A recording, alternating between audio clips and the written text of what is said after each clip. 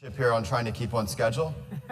So as we begin, I want to thank General Wilson for joining us. A little bit of background on him. He is a command pilot with more than 4,500 flying hours and 680 combat hours supporting operations Iraqi Freedom, Enduring Freedom, and Combined Joint Task Force Horn of Africa.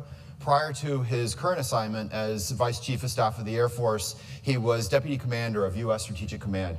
So he brings a very diverse set of experiences to the table, and so I want to use that as a way of opening up with the first question, where I'd like to ask you to take the long view. What will be the same and what will be different in air warfare 10 years out? So it's 2028. What is the same? What is different? Yeah, Peter, maybe I even switch the question a little bit and say it's going to be bigger than air warfare. So I think, the general nature of war in many ways won't change, but I think fundamentally the nature of war will change in exponential ways. And let me articulate just a second. So I think you've heard us talk about trans-regional, multi-domain, multi-component, both urban and connected, and speed is what's going to be different. I talk about today being a transformative time for our nation, that we're going through a period of disruption politically, economically, socially, and technologically, and that's happening globally. Any one of those areas are tough, but when you combine all four of those together, I think it makes for exponential disruption. Leading that on the bottom is this technological piece, that we've seen this pace of change that's just going nearly vertical. Right, and just look today, what's happening? 5G wireless, you connect the devices. We think there's in the neighborhood of 30 billion connected devices. That changes lots of things. So what I used to say is in the industrial age, we won industrial age speed, won yesterday's war. Digital age speed, won tomorrow's war, and that's what actually the Air Force is really pretty good about: speed. We say speed wins, and whether it's speed of delivery of relief supplies after a hurricane, or whether we're protecting the homeland, owning the high ground of air and space, or projecting combat power forward, speed in training, speed in preparation, speed in developing capabilities, speed wins. What I see changing is those multi-domain, multi-component, urban and connected, trans-regional fights that are going to happen, and it won't just be an air piece. Will be connected to all of those. So one of the aspects that speed drives is a push to a topic that we've already hit on in a couple of panels today, and we're definitely going to hit on others, is machine learning, artificial intelligence. The idea that the machine can take in more information and or make a decision quicker than the human can. And we've seen that in everything from stock markets to it's being explored in warfare. And I want to pull that thread a little bit further and connect it to work that we've had going on here at New America and our DigiChina and Eastern Arsenal projects that look at the fact that artificial intelligence is a key new area for the economy, a key new area for war, but the United States has competitors in it. And in particular, China's been doing a huge amount of work. So what do you see as the applications for AI within the Air Force? And then secondly, what are you doing to make sure that you keep pace or don't fall behind or stay ahead, however you want to frame it? What do you do with the fact that we have a competitor in a way that we haven't seen in the last generation technologically when it comes to AI? Yeah. Well, we'd say there certainly are other competitors out there. We talk frequently with Eric Schmidt and the Defense Innovation Board as they come and tell us the things that they're doing and look at what we're doing. They're helping us. One example is Project Maven. So to set the record straight, what we're doing with Project Maven is we're trying to take things that are routine, processing of pictures, and how can I do that better? And Eric would tell me, you may have an Intel analyst, and after some period of time of training, he or she can get it right 75% of the time. He said, I have average computers that can look through 1,000 pictures a minute with 99% accuracy. So how could I leverage this human-machine teaming and let computers do what computers are good at, and let humans do what humans are good at, and then to figure out the insights and the why and the analysis versus repetitive tasks that I have people droning on today about.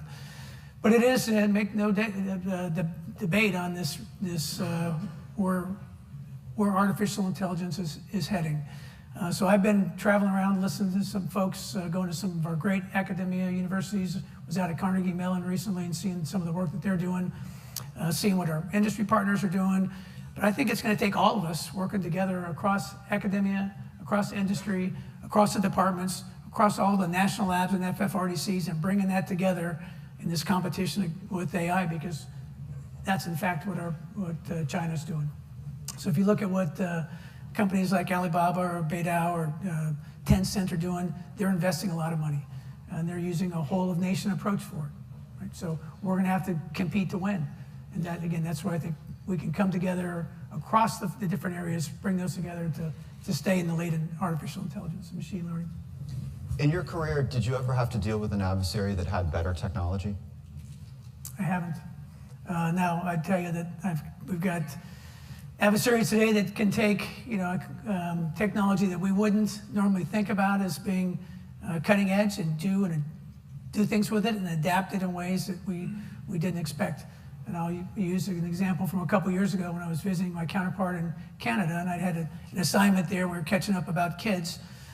And he said his son was going to college in King's College, and he was getting a degree in mechanical engineering, but he goes, he's not really interested in that. He's really interested in FPV.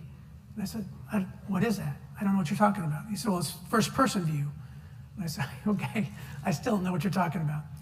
He goes, oh, it's where kids, it's a rage on college campuses where kids are putting on augmented reality headsets and they're racing their UAVs. While they're in this dorm room, they're racing their UAVs in the auditorium. Well, I started Googling it, and it blew my mind of what's going on. Well, that today is the transition to the Middle East, right? And so now that's what people like ISIS do today. They don't have to buy a MQ-1 or an MQ-9. They can buy a DJI Phantom 4 made in China, which has got a 4K resolution camera, and they can use it to command and control. They can use it to do things that we didn't think like that, and it's a $1,000 piece of equipment. Right, so that's where this is another what I call the quadruple convergence. Right, so we've got this technology that can make capability with global access, and often can be put in hands of malicious intent. And so that's where we have to think differently about this challenge going forward. I want to connect two things you brought up. So we talked about AI, and then you mentioned the difference between MQ-1, MQ-9, and an important moment happened in kind of future of war history this last year. So we saw the retirement of the MQ-1. We poured one out for the Predator drone, and we moved to MQ-9. What is the future of what the Air Force lovingly calls RPAs, what the rest of us call drones? What does it look like when it comes to autonomy? And to maybe make it a little bit more pointed, General McConville from the Army side earlier today told us that a human will always be in the loop. What does in the loop look like for the Air Force in the future when it comes to RPA, UAS, drone, whatever we want to call it? Where is the human role? What are they doing? Flesh out what it means to be in the loop. Yeah, so we're exploring with our research lab what that looks like in autonomous operations. And does that mean one individual is now controlling 3 or 4 or 5 or some number of autonomous vehicles rather than just one, or a couple people controlling just one? So how do we take this, again, human-machine teaming? How can we do things to where I can take advantage of autonomous systems that can help sense and report back? And again, I'm going through my little mindset of what the future looks like, and I think it looks a little bit like this. There's certainly a data aspect piece of this, and I think we all would agree maybe that data is the new oil of the 21st century. But with that data, I got to be able to have the right algorithms that connect the data and understand the data to a network. I think the cloud's a part of this. And I think compute on the edge is a part of this. And how do I do enhanced capabilities on the edge so they don't have to have big pipes everywhere. But I think that this, as we look at that network that connects cloud to edge, that connects the data and the algorithms, that's where we're now looking at how we do that, how do we rapidly experiment and prototype with capabilities, using those attributes moving forward. So I want you to do a little bit of Imagineering for us. So you laid out a vision for the future Air Force, cloud, computing on the edge, and the like. What does an adversary do in response to that? So, you know, we develop long-range strike. They develop surface-to-air missiles. You know, there's always the back and forth. Mm-hmm. What do you expect the counters to be to the future Air Force that you're building? Yeah, so I need to have an agile network to be able to, you know, we're putting a lot of emphasis. You've heard General Goldfein talk about multi-domain operations and how do I build a next generation OODA loop, the OODA loop 2.0, that is able to sense globally, understand the situation, and then provide effects across multiple domains at a time and scale and place that our adversaries can't keep up with. So with that, I need to build a network that connects from geosynchronous orbit all the way to subsurface, all of our different platforms. So here's a vision that I think about. We see people driving Teslas. Every Tesla is networked to every other Tesla. So if a Tesla is driven on the road in front of you and hits a pothole, you know that pothole is there. And if the Tesla's in the auto mode, it will avoid that pothole. If it's in the self-driving mode, it will actually adjust the suspension on the car to take into account that pothole. Well, if I can do that for a Tesla, then can I do that for, say, maybe a tank, an MRAP, a Humvee, a ground vehicle? If I can do it there, can I do that same thing in the air? Can I connect all the air vehicles so that they're passing information, relevant information about threat, adversary, and build an operating learning system? Can I do that same thing in space? And then can I connect space to air, to ground, to surface, to subsurface? So having a resilient network that's sharing information is what we're going to try and drive to, because I think an adversary is going to try and deny us information, or something maybe we talked about at dinner last night, when we start doubting the truthfulness, the trust of the information, and it puts the fog and friction in there, weaponizing that information to make sure, so you know what truth is, will be important in the future. Mm-hmm. So you brought up space. What is the space environment, space domain? What do battles look like? What does the Air Force look like in 2028 when it comes to space? What is it doing? Who's in charge? How is it training for it? Yeah, great points. So we're having lots of space discussions across the nation. What I think is really healthy about it is we're all in alignment. From the White House to Congress to OSD, Joint Staff, allies, partners, industry, about we have our Space Force today is the envy of the world. Right? The United States Air Force is responsible for 90% of that. But we also know our adversaries have also seen that and seen that space is essential for any joint warfight. Whether it be indications and warning, whether it be missile alert, whether it be communication, whether it be GPS, down the list of capabilities that it provides our nation. So we need to be able to defend space. So space is a contested domain, and we need to, A, understand that, and then look at how would I provide the capabilities. In the past, it wasn't, right? So I don't want to go to space, but I also need to have the ability to defend my assets in space. So we're going to build a force that does just that. We're looking at everything from the bottom end, how do I train space operators? And General Jay Raymond out of Space Command is working really hard on building this space mission force that understands the environment and is able to think warfighting through the buildup of our operators. And the other part is how do we acquire space capabilities faster? Lots of effort in that endeavor from the Deputy Secretary of Defense, keen interest in how do I, again, build capabilities faster, how do I partner with industry, how do I push down milestone decision authorities, how do I use things like other transactional authorities, how do I do things like we've done in the Rapid Capabilities Office for space again, to bring on space capabilities much faster. So that's what we're doing. We're building a defendable architecture.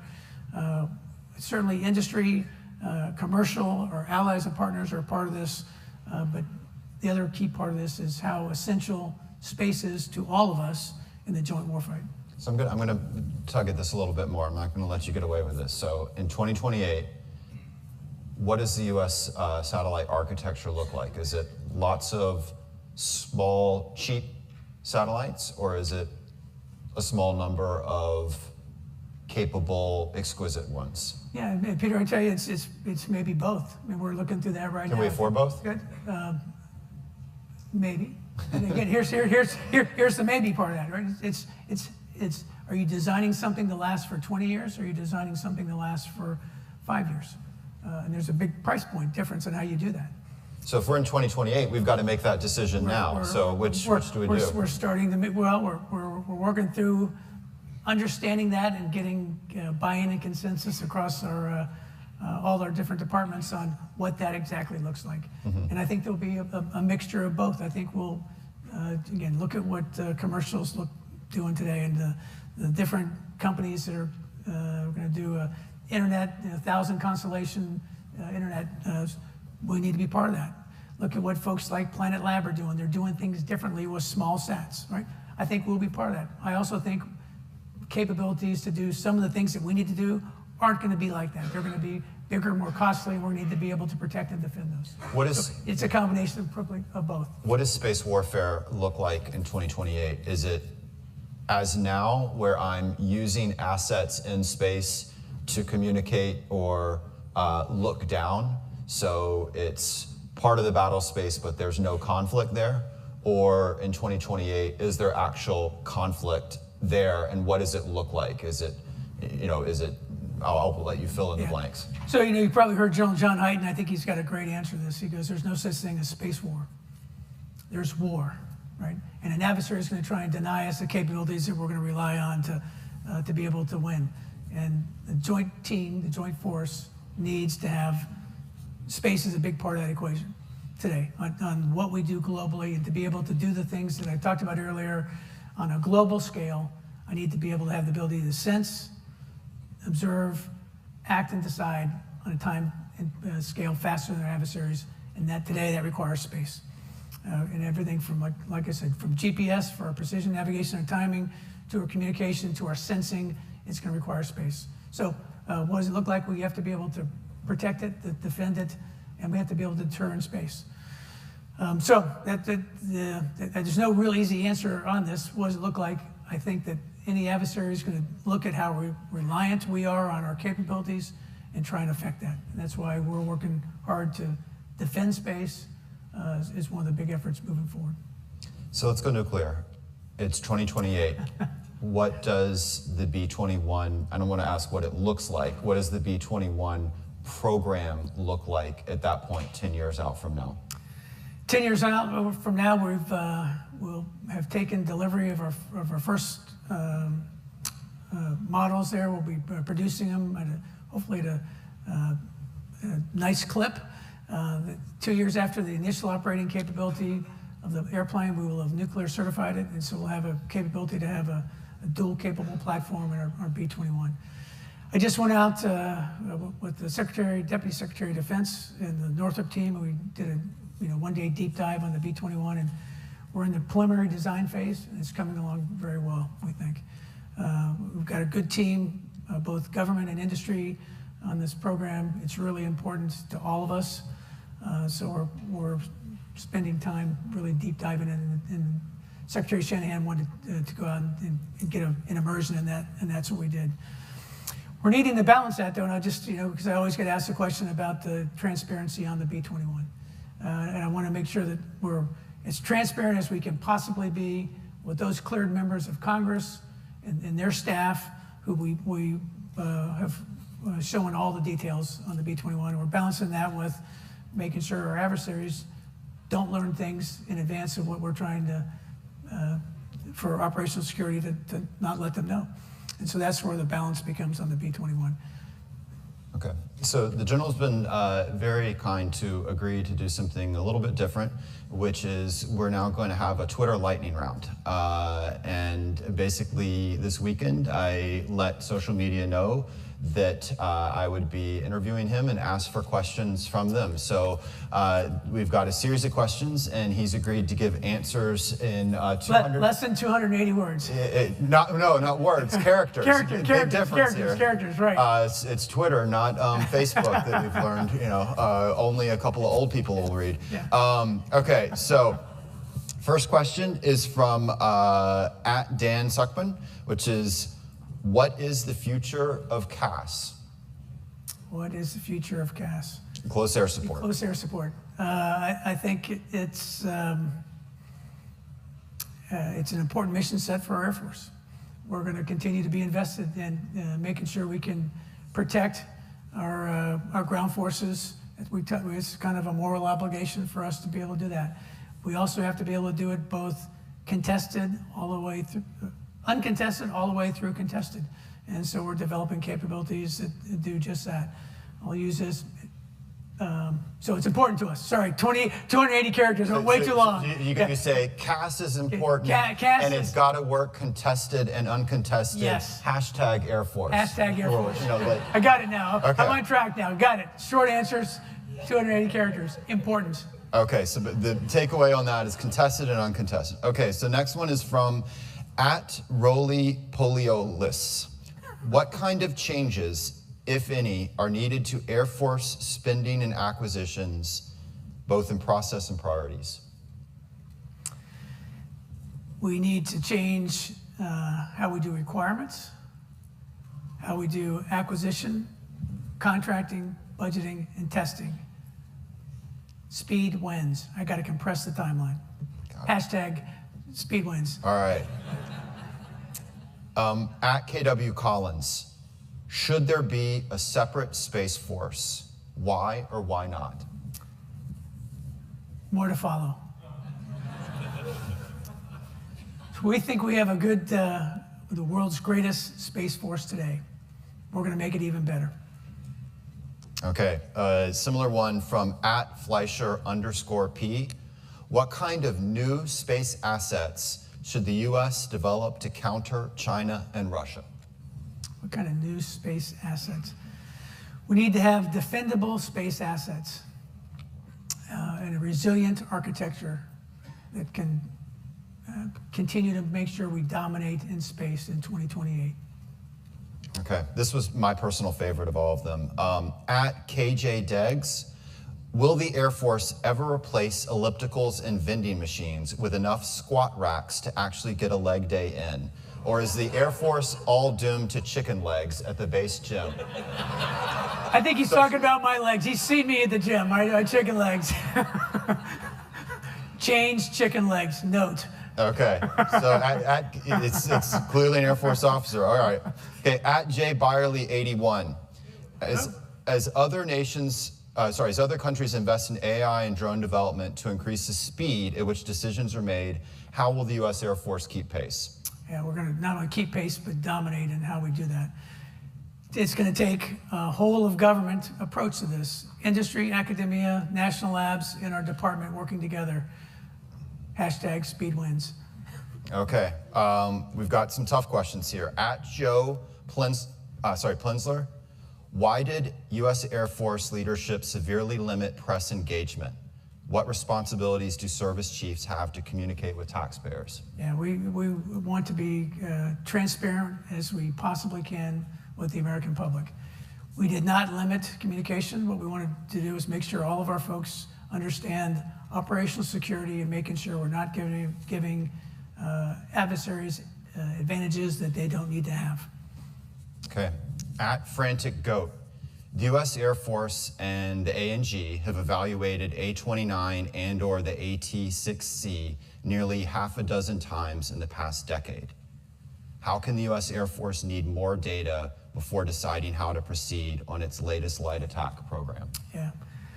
So we're doing an exercise this summer with both airplanes. We want to understand the maintenance required, the number of people required, the support logistics infrastructure to be able to do that, And then we think we'll be able to make a decision in the fall to take a program that would normally take years to buy, and from idea to buying an airplane under 3 years.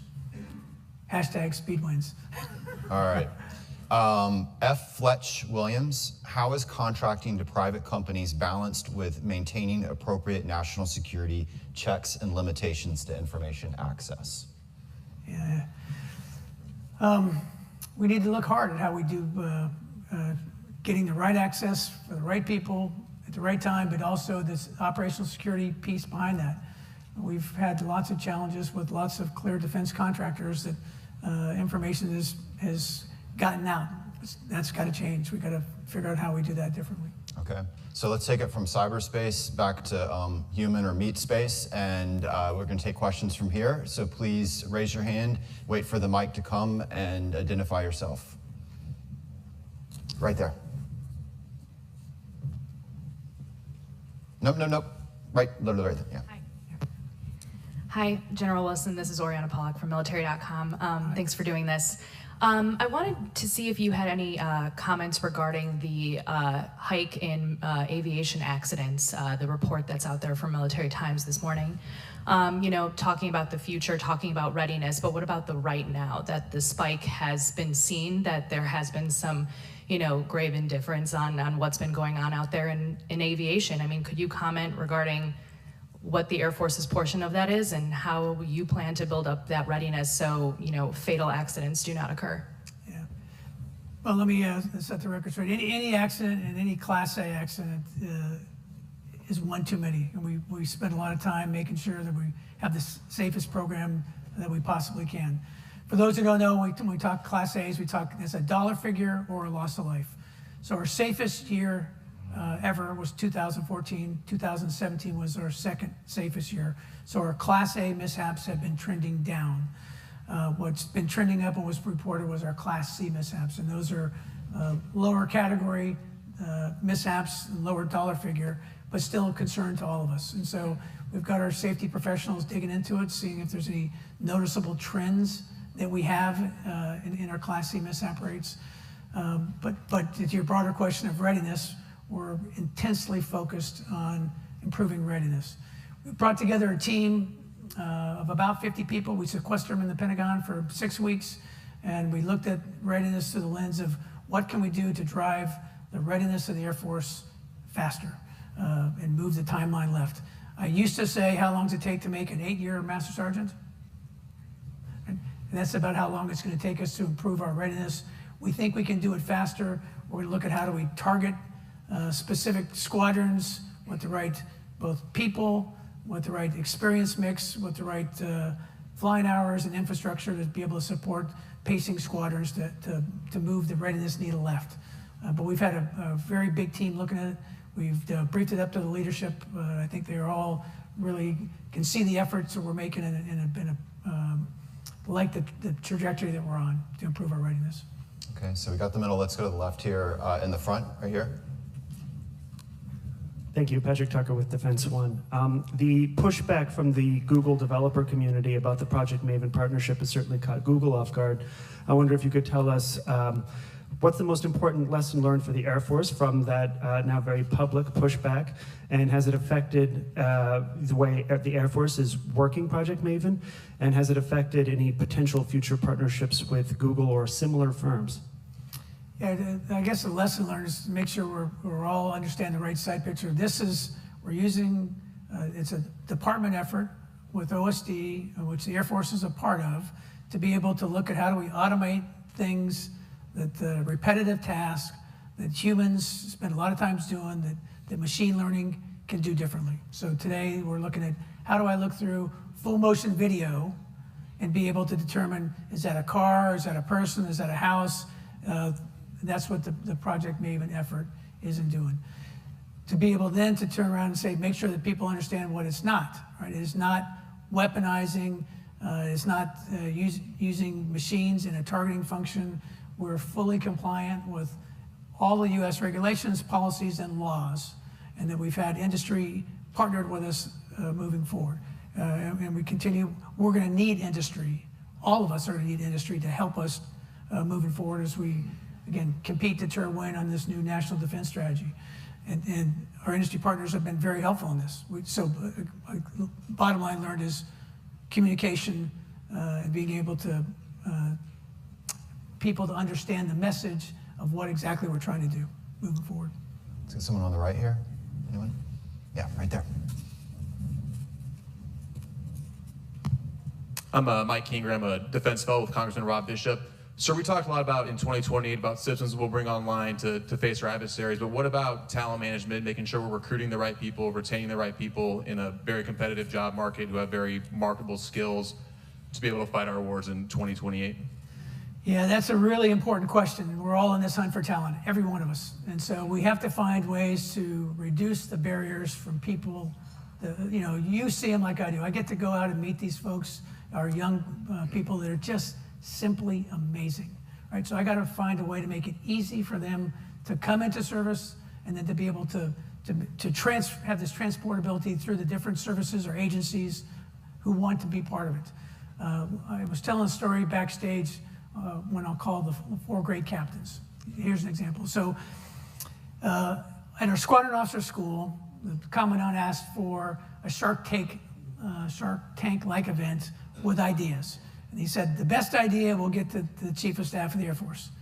Unfortunately, the Chief was gone that day, and I got to listen to their idea. First of all, their idea was unbelievable. Today, I'm going to go visit here at the end of the week. They're up in Boston doing a tech accelerator to help us on a really challenging problem set. I called them the 4 great captains. Here's an example of one of the captains. And they were all of this caliber. He got his degree from Rensselaer Polytech. He then went to the Air Force Nuclear Weapons Center. They recognized his talent. They sent him to MIT to get his PhD. While he was at MIT getting his PhD, he got his MBA from Harvard on the side. And while he did that, he set up a venture capital company that was named as one of the top 100 venture capital companies in America. These 4 captains were spending 50 hours a week in their spare time on this problem because they were really passionate about doing this and fixing a problem, right? I got to unleash that talent that exists all over. And what I've seen is these young people at all these universities, they've got energy and passion. They want to make a difference. So I got to find a way to make it easy for them to come in and serve. And then based on their life conditions and what's going on, they may need to take a break and go do something else. But then I got to make it really easy for them to come back in. And this is a really important question for the whole government, right? How do we do this so we reduce the barriers for entry? And then how do we make it easy so people who want to serve can serve? So in these examples where there's a Shark Tank or there's something really interesting that comes out of one of the warfighting labs or the like, the story that then's often told is really cool idea and then it died somewhere along the valley of death. What changes need to happen? There's obviously policy changes that you can undertake, but there's also legal changes. There's a need for legislation. What are the types of legislation or legal changes that you see are needed to make more of these innovative ideas survive the valley of death and become programs of record? So here's an example. So as we do the typical requirements process now, and I sit on the JROC with General Selva, who chairs it, we go through a process, and I'm going to call it the capability-based assessment, to initial capabilities document, to analysis alternatives, to a CDD, before I get a milestone decision on a program, right? That time period can take years, right? In many cases, 5 to 8 years to go through that piece, right? Way too long, right? So I've got to be able to do an experiment to a rapid prototype to say, is that good enough? And can I make a milestone decision here to move forward? And so I'd say it's almost going back to what we used to do in the late 50s and the 60s with the Century Series fighters of, right, how can I put out capability, different capability that's modified every 3 to 5 years with a pipeline and an industrial base behind that. We haven't been doing that, right? So I think we have to get back to that on the requirements piece where we have to change it. We also have to change how we do the acquisition piece. We got lots of people focused on that. We haven't hit the contracting piece, right? I can't take 2 years to get something on contract. I can't take 4 or 5 years to test something, right? It will be obsolete before it's fielded because at the end of that, I put it in the hands of somebody who can do something with it, and I got to train the operators right. And so I've got to get on this pace and scale of capability development and go from what we've currently been doing for the last 20 plus years and shrink that down to a timeline that's 1/4 than what we've been doing in the past. Okay. Let's give someone in the back a chance to ask a question. Yeah, right there in the white. Yeah.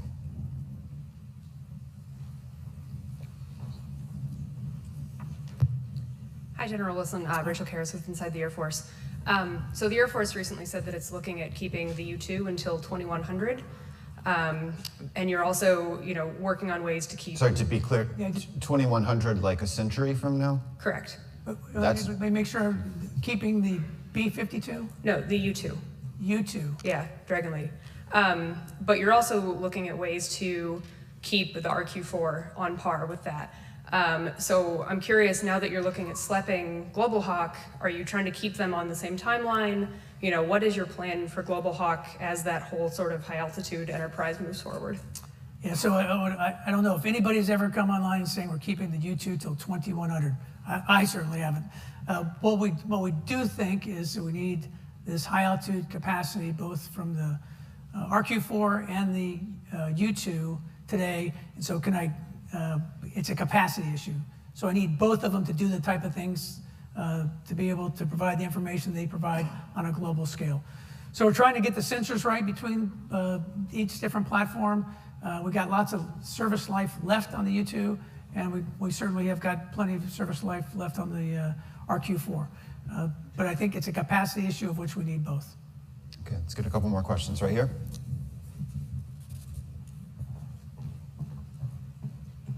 And in between, I really want to know the conflict scenarios in the year 2100. Will the U-2 be operating against the Arturi Empire and the like? Hi. So my question is, how do you deal with the ethics of autonomous weapons? Well, it's all of us. I think something we need to be thinking through. Right? If the Army Vice Chief said it, I'll probably be the guy that repeats it. That we think there's a human in the loop on all things. We're not going to have autonomous weapons where we say just go do what you. But I think we need to think through that question that you just asked about how much autonomy, where do we provide the autonomy. But make no mistake that the world, in the world that we're moving in the world that this transformation that's happening in technology, artificial intelligence and machine learning will be a key part of lots of things that we do. It's impacting every part of our life, and certainly impacting us here in the military. So how do we do again what machines are really good at? How do I team with humans, what humans are really good at?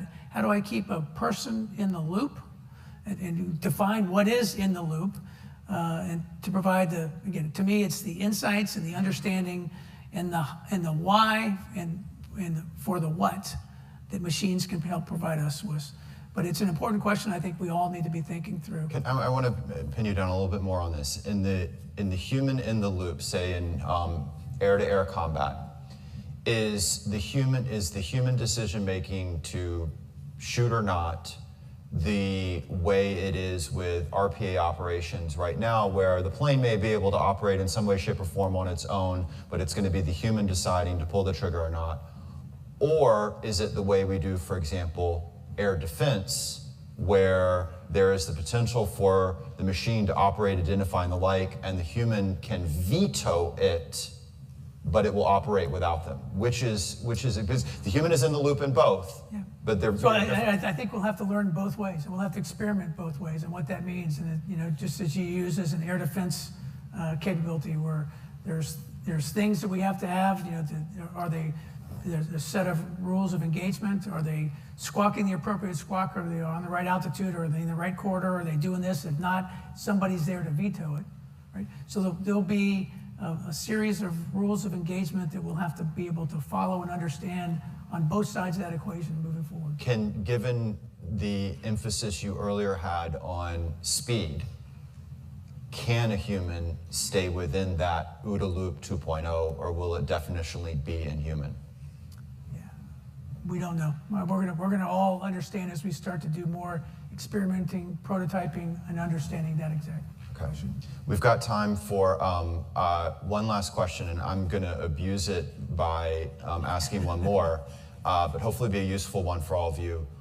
What scenario keeps you up at night? I sleep like a baby.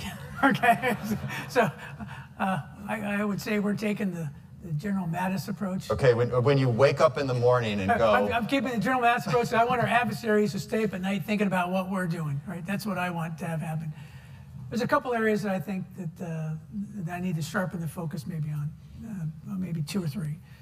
One is we talk about moral obligations of our Air Force, that I got to be able to provide the right organization, training, equipment, and leadership for any of our young airmen that we send forward, right? Our job is to equip them to be able to do their mission and that they're well led on that mission. So that to be able to do that across the range of capabilities that our Air Force has is a moral imperative for us. The second piece is, to this question over here, is about talent management. We've got some incredible people today. And so you've heard our Secretary of the Air Force and our Chief talk about how do we empower them?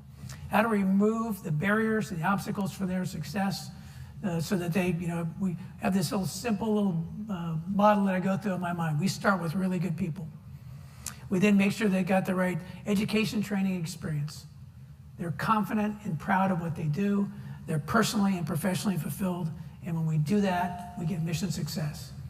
And if I remove any one of those pieces, then people invariably will not continue to serve. So I got to do all those pieces so that we've got the right talent moving our Air Force forward. And I contend, we've got a big study going away that I didn't talk about that talks, it's an S&T review. But what we want is our Air Force to be the thought leaders for future conflict so that we can compete, deter, and win in any future fight. And so developing those thought leaders for our nation who are going to help us in these future fights is really important. And we've got a lot of efforts and focus on how do we do that and how do we do that better. So I want to thank you for a couple of things. The first is in a time of where there's controversy over engagement between civilian military, media military, you've sat down and taken roughly 40 questions from us and 40 tough questions on everything from future of war to Air Force gyms. So we deeply appreciate that, but we also appreciate the way that you've injected a lot of key issues for us to chew on, both in the conference ahead, but also the year ahead in this program. So please do join me in a round of applause.